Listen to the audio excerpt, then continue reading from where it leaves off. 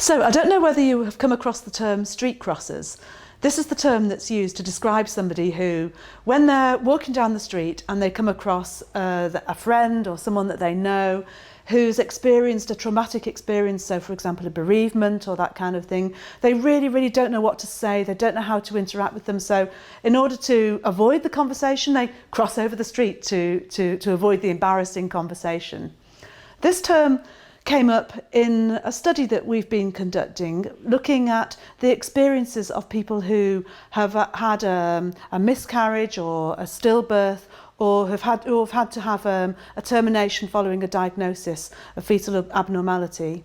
And in our study, we've been looking at the experiences of these people, men and women, and the state of mind that you get into when this has happened to you, how you might go about organising the funeral, what kind of experiences you go through, and perhaps most importantly, how people communicate with you, or in a lot of cases, don't communicate with you.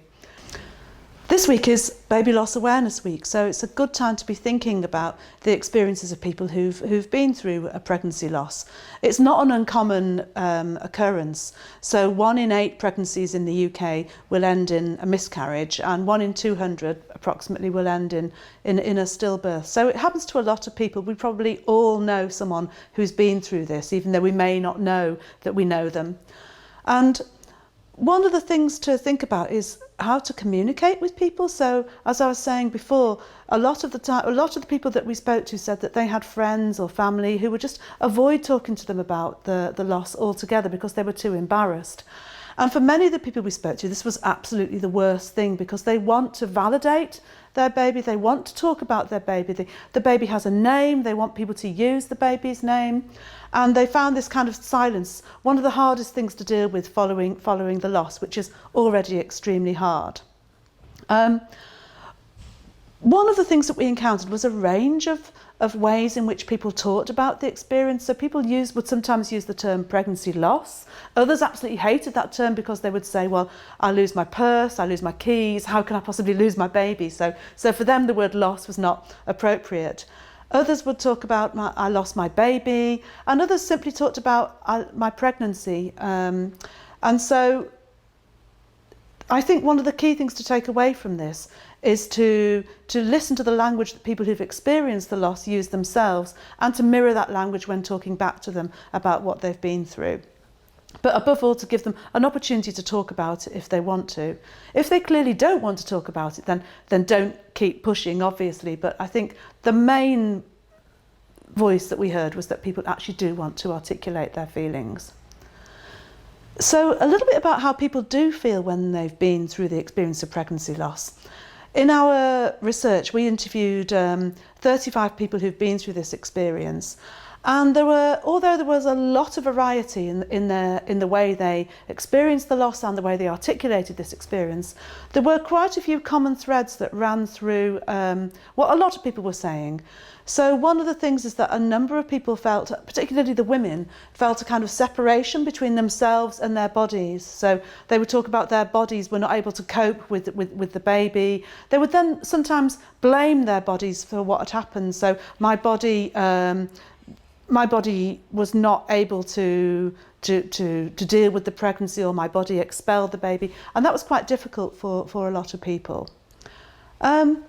We noticed interesting reactions to the experience of time. So one of the things that we were looking for, in English, when people talk about time, they often talk about time in terms of motion. So we're kind of moving through time. So the future will be in front, so we might be looking forward to tomorrow, or the past might be behind, so like thinking about what happened, or looking back in anger. Another way of talking about time in English is that you're standing still and time is kind of washing over you. So Christmas is coming up, or more often like the exams are approaching quickly. So here kind of time is kind of washing over you. And we were expecting to see more instances of this second way of talking about time, because it shows a kind of lack of agency. So it shows that you kind of like you're just here and things are happening to you.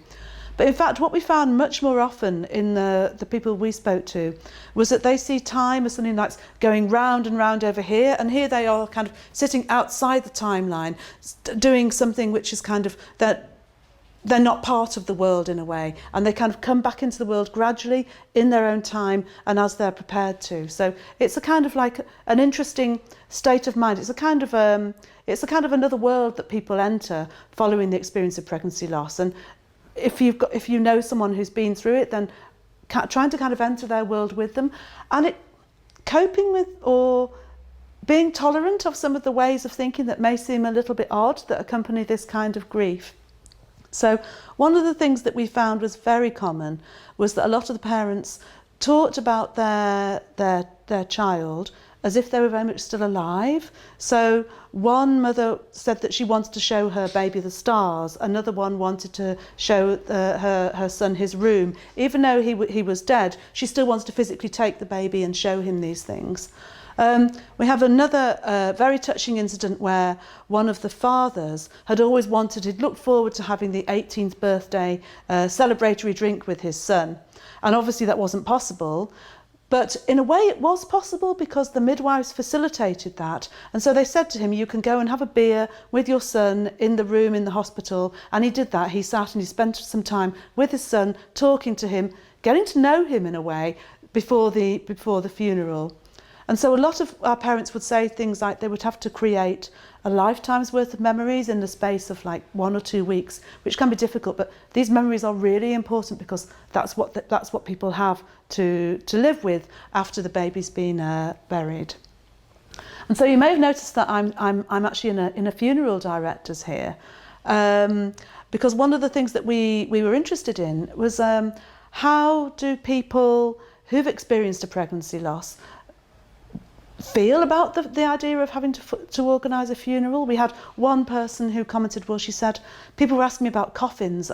I didn't want to think about a coffin. I wanted him in a cot, not a coffin. So you've got to get from one mindset where 1 minute you're going to be having a baby, you're taking the baby home, you're expecting to be looking after the baby, but if the baby is stillborn, then the next minute or the next day you're talking about organising the funeral.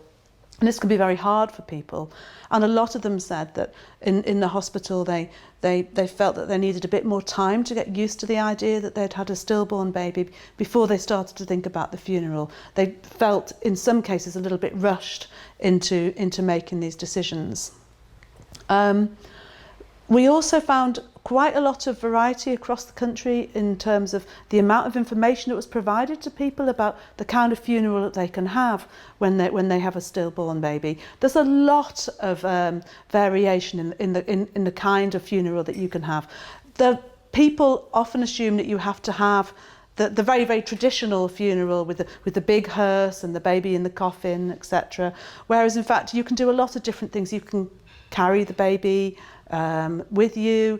You can, in some cases, you can bury the baby in land that is personal for you rather than in a cemetery. There's a lot of different things you can do. There's a lot of choice, and the funeral directors that I'm in here is one that specialises in making these kind of choices available to people. So I hope this video has been helpful to you and interesting. If you'd like to find out any more about our project and the language that people use when talking about the experience of pregnancy loss, and also the language that people use when talking to them about their loss, our project is available online at Death Before Birth Project. And I'd like to thank you for listening.